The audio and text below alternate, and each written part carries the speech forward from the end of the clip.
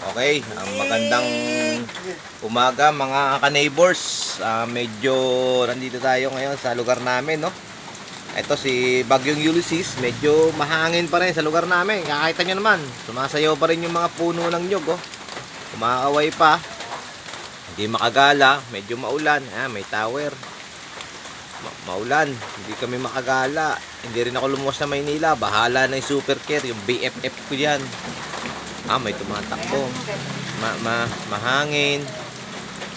Nakakasusot. Baha ang balita ko ka-neighbors baha pa rin daw sa Pansol. Tsaka dyan sa may bantang lugar namin, sa babang barangay, sa Baypuypuy, tsaka sa Kalo.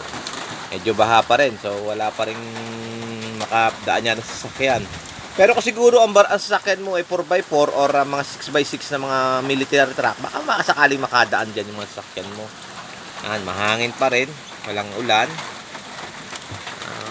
May ambon ng kaunti, pero hindi mo masasabing ulan na ambon yan, mahangin.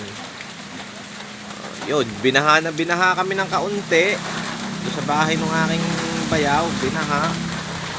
Ayan, tumba ang puno ng saging. Sayang ang saging at pwede sa sana gawing lupak. Baka hindi kayo nakain ng lupak. Ay, ang mukha nyo, lupakin ninyo. Sige, labas muna ako. Bye-bye!